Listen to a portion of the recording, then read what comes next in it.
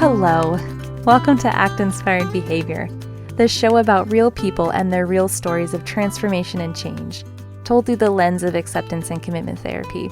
This podcast is for students, behavior analysts, mental health therapists, and anyone interested in making a change.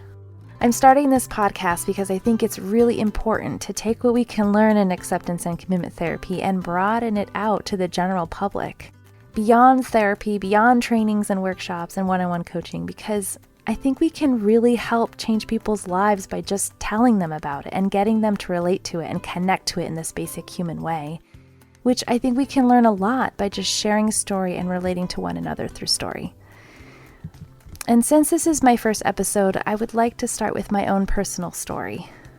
So just take a minute and close your eyes and imagine, have you ever been in a place where you've had to make a decision with options that represented both a great deal of value and a great deal of loss? Today, I'm going to tell you about a time I considered letting someone that I really cared about go. And that someone happens to be my really close friend and family member and pet, and her name is Valentine. To me, this story represents one of those impossible decisions, which is a perfect example of how a person might use ACT to navigate through. But before I get there, I want to tell you who I am. Who am I anyway? My name is Gabbie Lanier, and I come to you with a diverse background. My experience ranges from the Peace Corps to AmeriCorps to working in schools to environmental education to working in lab with mice. That was back in undergrad. But now I'm a board-certified behavior analyst. I work full-time in a school district, and in addition to that, I am here speaking to you as a part-time entrepreneur of a business called Act Inspired Behavior Coaching. I also come to you as a person who spends hours a week reading about, learning about, nerding out on, and practicing ACT in my daily life. And I use these skills in parenting, in navigating stress at work, creating new habits for my health and wellness. And honestly, I come here telling you very humbly that I use it as a person who has and struggles with lifelong social anxiety. I'm also a woman of color and a mom and a community builder, and yet all of these things that I'm saying right now are just but a small facet of who I am. So I've done a lot of different things. I've worn a lot of different hats, probably much like you. But I want to stand here and tell you that after having ACT in my life and really learning it and practicing it and using it in my life, those little bits of growth that I've been able to make have grown exponentially. And more than anything, I'm sitting here fascinated to get to know you more and your experiences. I hope to tell you more about myself over this season and through story, but by relating some of the experiences that I might have had to yours and vice versa. And then for anyone who's interested and willing to come on to interview, I want to be able to learn about my own self and for you to learn about yours through their story. So that's why I'm here, because I think the stories we all have are different, and we have these amazing, deeply held, interesting things to say about who we are, our struggles, and the behaviors we have that shape our lives. But before we branch out to get to your story, we're going to start right here with one of mine. And this story goes back to 2010, when I was 23 in the Peace Corps, the moment when I first decided to adopt my second dog, Valentine. At the time, I really remember I just felt so lost all of the time. My anxiety was probably at one of its highest, most intense levels, and it was ongoing. I just remember I wanted it to stop. I wanted it to end, and I had no idea how. And I think most of all, looking back on it, I was just incredibly lonely. I had another dog at the time, and I named her Luna. I had adopted her about 6 months before Valentine. And I remember convincing myself, it wasn't me, it was her who was lonely. She needed a friend or another dog to play with. And so I made this kind of series of decisions that ended up leading me to standing outside at 6 a.m, taking 3 buses into San Salvador, riding all the way into the middle of the city, into the pet market, and then adopting my beautiful white fluffy dog, Valentine. And when I look at this moment and the series of decisions that I made that ultimately led me to adopt not one, but 2 dogs in El Salvador while making $300 a month, it kind of just makes me giggle a little bit, because it was definitely a 23-year-old Gabbie decision. But at the time, I also recognized I was a huge animal lover. And in some ways, I was really trying to serve this need for love and connection and belonging that I really felt a second dog, or having this kind of family of dogs, would really serve for me.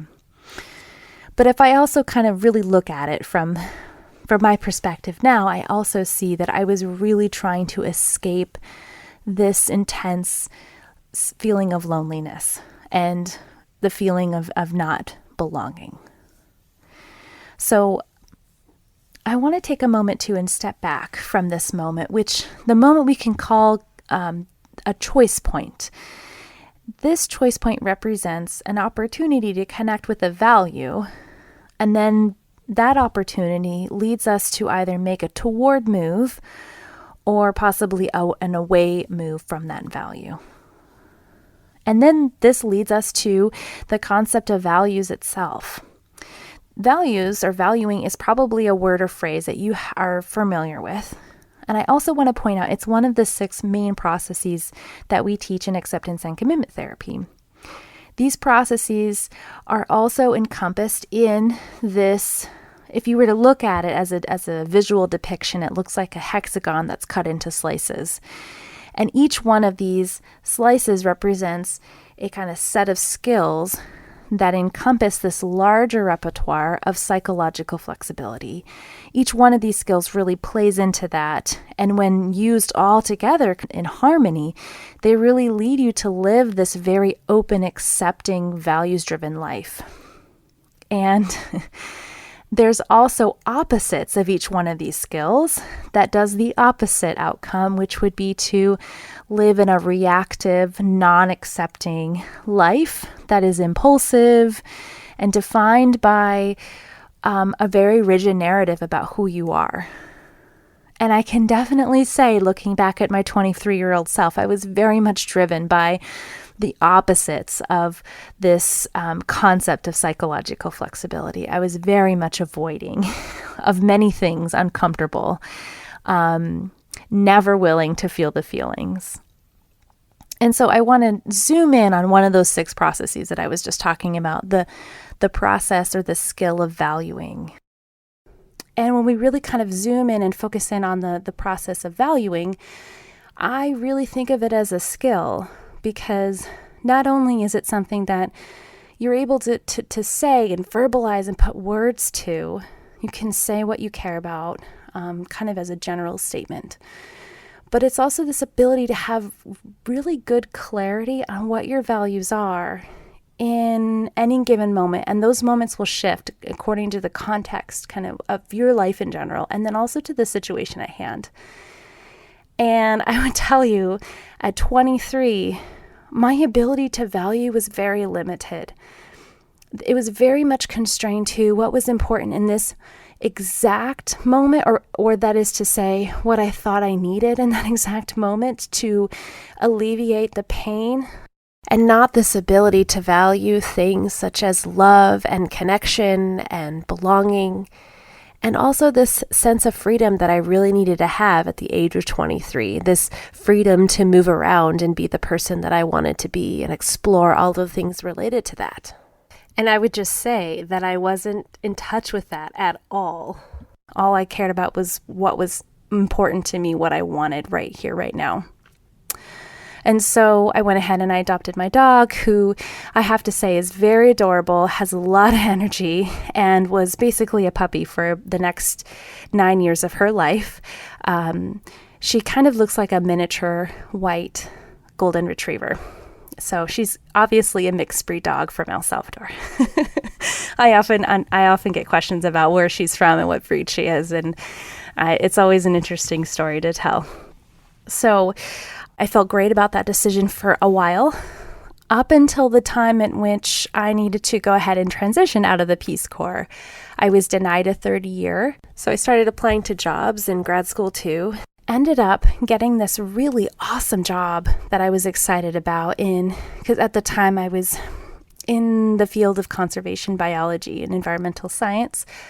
And I got a job in Florida working on a sea turtle conservation site. And I got free room and board, pretty decent pay, according to my opinion back then. And when I looked at some of the requirements of the job, once I had landed it, I quickly came to realize that I could not bring my dogs there, that I had to make a decision about what I cared about in terms of the next steps of my life. Should I go ahead and take this job and find a new home for my dogs, or should I keep my dogs and find a completely different opportunity? One that wasn't as enticing as going and working with sea turtles in Florida. So, needless to say, I made the decision to not take the job, which was very difficult because when I went back to the United States, I didn't have a job. I didn't really have a place to live either. I ended up living with my brother for about a month or two, and then I lived with some friends for a while. And I ended up taking a job that I hated. For about 9 months, I was an online English teacher. And I looked back at that moment. I remember thinking, I tried so hard to convince myself that I made the right decision. It led me on a very, very different path. And I became at that moment more and more uncertain about what I actually valued. As time went on, I kept having to make these similar difficult decisions about who I was, what I was going to do, how my dogs impacted those decisions, and so forth. When it came to new jobs, for example, deciding whether or not to go into AmeriCorps, which I ended up doing, and whether or not I was going to go into graduate school, which I applied for many, many times and ended up not going because of my dogs. Fast forward several years, I had my first baby, and we were living in a one-bedroom apartment in Capitol Hill in Seattle. I was living with my baby, my wonderful husband, Andrew, and our 2 dogs. As we started to think about the future, we were looking ahead, looking at our finances, looking at the hopes and dreams we had for us and our small family.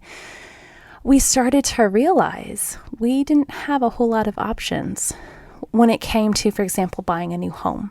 As my husband and I started to talk more, we kind of came up with this other opportunity for us to take, because we were really wanting to be homeowners, but we also knew we had almost no saving. We had debt, and our credit score was not great.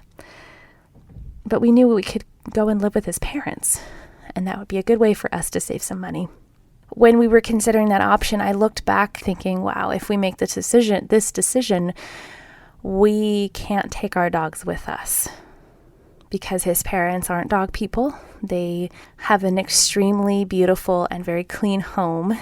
And we knew that if we talked to his parents, this wouldn't even be on the table, that we would go ahead and let them know that we weren't going to be bringing our dogs with us. And we sat on that decision for months and months and months. And then finally we got to the point where we were just really sick of spinning our wheels. We really wanted to make a move forward. And so we did end up having a conversation with his parents, and they were glad to come have us live with them for a short period of time. And my brother and his wife at the time were so gracious, because they didn't just take in one, but both of our dogs. And about a year in or so, we started to realize that we wanted a little bit more. Okay. I also have to mention, about a year and a half in, my dog Luna suddenly passed away. I think she was about 8 years old at the time, and she had some form of doggy leukemia. I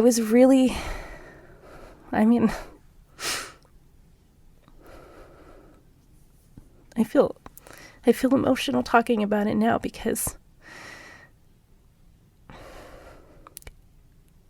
the whole reason I'm telling this story is because I love my dogs. And for me, they really represent my young adulthood and just this kind of pure love that I have for animals. And I get emotional about it because I almost gave away my dog Valentine. At the time, we were thinking about the idea of adopting out one of our dogs because we were kind of at that place where we weren't even sure if we could handle having 2 dogs anymore. And I had put an ad up for Valentine and almost found her a new home. And at the last minute, this person who we were going to go meet up with, she bailed out. And not 1 or 2 days later, I was opening a book up, just some random book I found at the little free library. And it was the very, very, very front page, had this little ad about pet owners. And this author apparently was a really huge advocate for owners keeping their pets.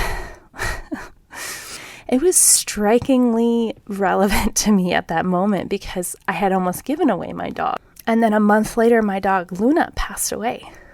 So I was very close to losing both of my dogs in a very short period of time.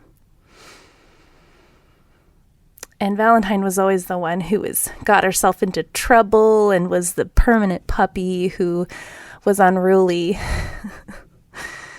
And she's the one who we now live with. I'm just going to tell you.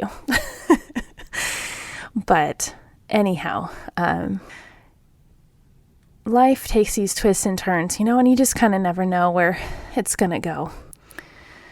I'd say about 7 months after that, after Luna passed away, so this is now year 2 of living with his parents, because of course we couldn't just stay 1 year. We didn't save enough money. We stayed 2 years. Oh, I'm sure all parents out there with adult children are just cringing because, the idea of taking back their kids and living with their kids is just kind of cringeworthy. But around year 2, we had gotten to this place where we were feeling really good about where we were at and also feeling really happy about where we were at, meaning we were enjoying living with my husband's parents. And we had another kind of values clarity moment where we realized that we wanted to stay with his parents, that we weren't valuing quite as much the idea of being a homeowner, but more sharing a home with someone other than our immediate family, and meal sharing and sharing love and memories and the whole experience of raising kids. And so we had another conversation with his parents about this idea of living together. And it was really difficult having that conversation. But they said yes. And we both looked at each other and we were very excited, but we also were nervous because we had a separate request for them, because we wanted to see if they would consider allowing us to keep our dog Valentine.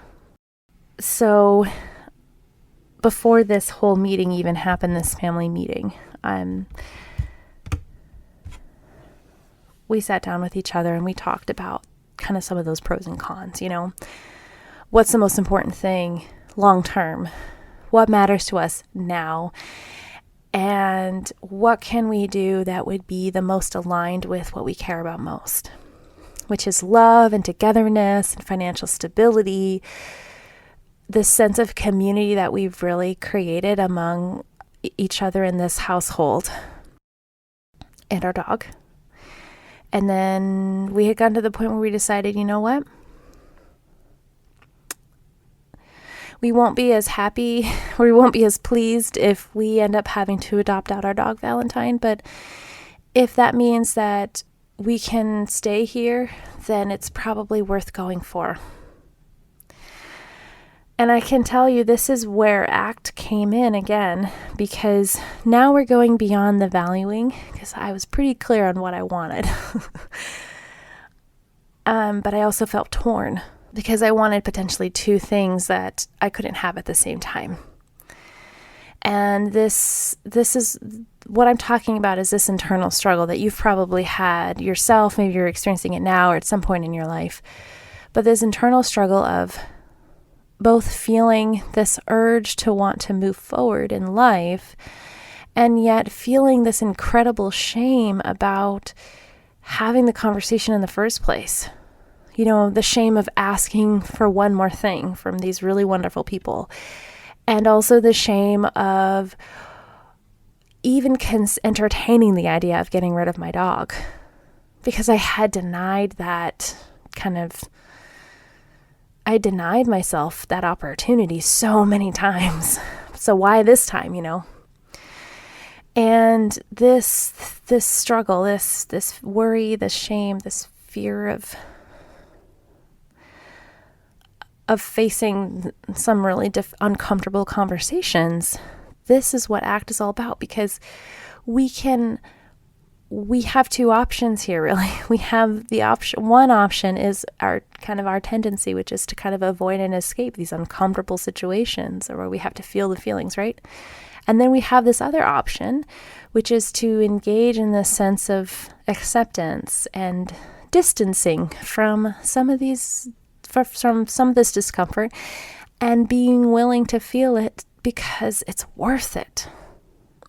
And so I bring those kind of skills with me in this conversation that we have with his parents. And as we're sitting down and they agree, yes, we would like to live together. And then I presented the idea. I said, I know this isn't something you want. This isn't something you plan for, especially in your retirement.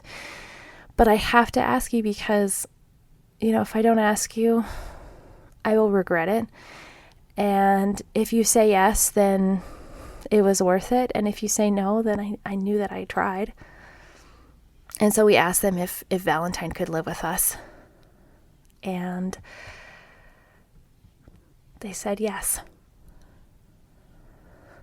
I look back at that moment and I'm like, gosh, why was that so hard? And why did that take 2 years for that conversation to take place? Because when it came down to it, it was just a question. It was a conversation. That's all we had to have. And yet that was an incredibly huge, felt like impenetrable barrier for me to have that, to be willing to have that conversation. And I can also tell you that since that decision has been made, I look to her and feel incredible gratefulness. I look to my in-laws and feel so much gratitude and the love that has grown because of this decision. It takes your breath away, because oh gosh, I even remember my son, because, you know, he was totally used to her not living with us, that she was the dog that we had and yet didn't live with us. And when we finally told him, guess what? Valentine gets to come live with us, honey. I remember him saying, Valentine gets to live with us? You mean forever and ever and ever? And we said, yes, honey. And he just was ecstatic, you know, like, oh my gosh, what a treat. And it's true. What a treat to live with and cherish your loved one in close proximity. Dogs and boysies. I love you, Valentine. Forever. And ever and ever? Mm-hmm. She says, okay, as long as you pet me. In this episode, you heard from one of my personal stories of struggle, making a move away from my true values, and then the journey I took to clarify what I cared about most. After several difficult conversations and choice points later, I am living more aligned with what I care about most, such as love, belonging, connection, and freedom to live the way that feels good to me. Maybe you connected to my story and can look to something in your life where you were facing your own choice point, remembering that not making a choice is kind of a choice in and of itself. If you're interested in reaching out and telling your story or would like to learn more through my blog, workshop, or coaching, find me on Instagram at actinspiredbehavior. Email me at gabby@actinspiredbehaviorcoaching.com or use the link for my website listed in the show notes. I'd love to hear from you. Thanks for listening to the first episode of Act Inspired Behavior. I want to thank my husband for helping me produce this episode and for those out there who encouraged me to take the leap and get this project started. If this episode resonated with you, subscribe to this podcast and stay tuned for future episodes. What do you do if you rub her belly? What sound does she make when you rub her belly? You do it. Hello again. I want to take a moment and say that this podcast is for educational purposes only. Content and conversation provided in this podcast should not be taken as or replace professional or therapeutic recommendations. As a board-certified behavior analyst, my goal is to disseminate ACT to the wider public and have meaningful conversations to further explore our understanding. If you are concerned about your own personal well-being, I encourage you to seek out the help of a licensed professional who can provide individual support to you. Thank you so much. You tickle her? Tickle.